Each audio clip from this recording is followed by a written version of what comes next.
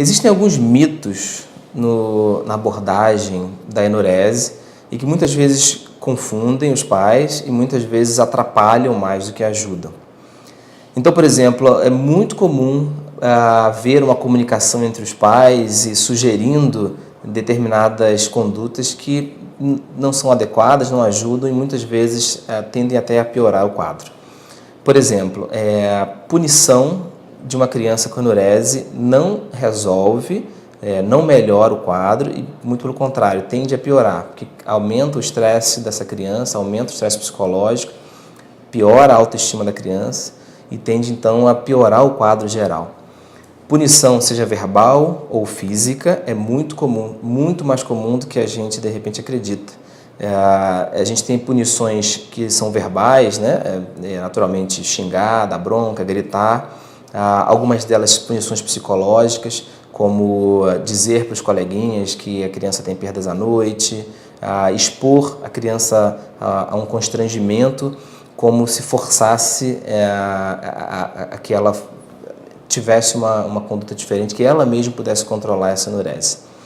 Dizer para a criança que ela é culpada, aumentar então o que ela já sente de culpa, né?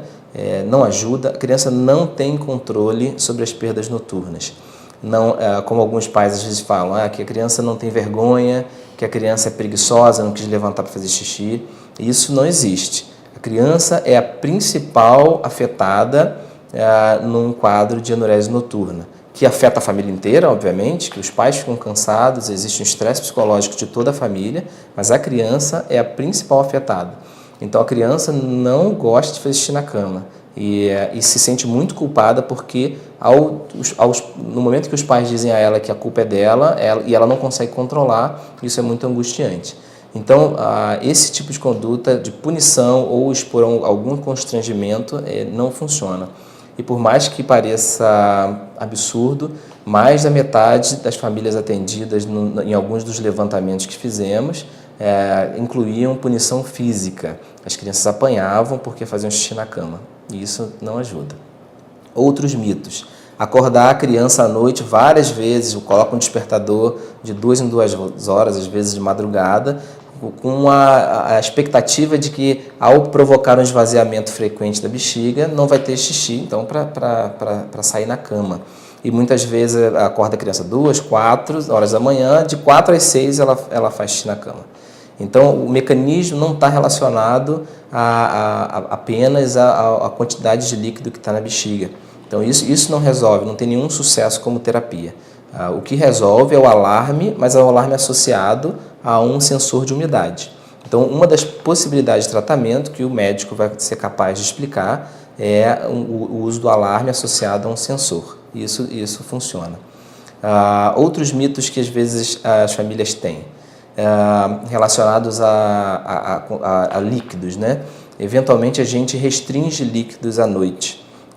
Em torno de 2 horas antes de dormir, a gente restringe esse líquido para que ela tenha uma última diurese, mais ou menos por volta antes de dormir, e consiga então iniciar o sono com a bexiga vazia. Ela só consegue fazer isso se a gente hidrata bem essa criança durante o dia. Então, a hidratação durante o dia ela tem uma função não só de diluir a urina, permitir que o trato urinário funcione bem durante o dia, mas tem uma função de hidratar essa criança durante o dia. A maioria das vezes as crianças não consomem líquidos durante o dia, estão ocupadas em brincar, em fazer outras coisas, bebem eventualmente se tem muita sede, chegam em casa à noite e estão com sede. E aí os pais não conseguem restringir esses líquidos, né? Por último, algo que é muito importante, existem medicações mais antigas que têm um sucesso ruim, mas que em alguns casos funcionam, que são bem mais baratas que as medicações mais modernas e que eventualmente alguns pais tendem a indicar para os outros como uma forma de tratamento da enurese. E o grande problema é que são medicações que têm muitas vezes efeitos colaterais graves, inclusive com toxicidade para o coração, cardiotoxicidade. Então são medicações que têm que ser monitorizadas para serem feitas e a taxa de sucesso é ruim. Então, algo que parece um jeitinho, né, barato de tentar resolver, muitas vezes pode estar levando a risco e com a chance de sucesso ruim. A gente tem medicações que são mais modernas, eventualmente mais caras, mas com a taxa de sucesso melhor e principalmente segurança.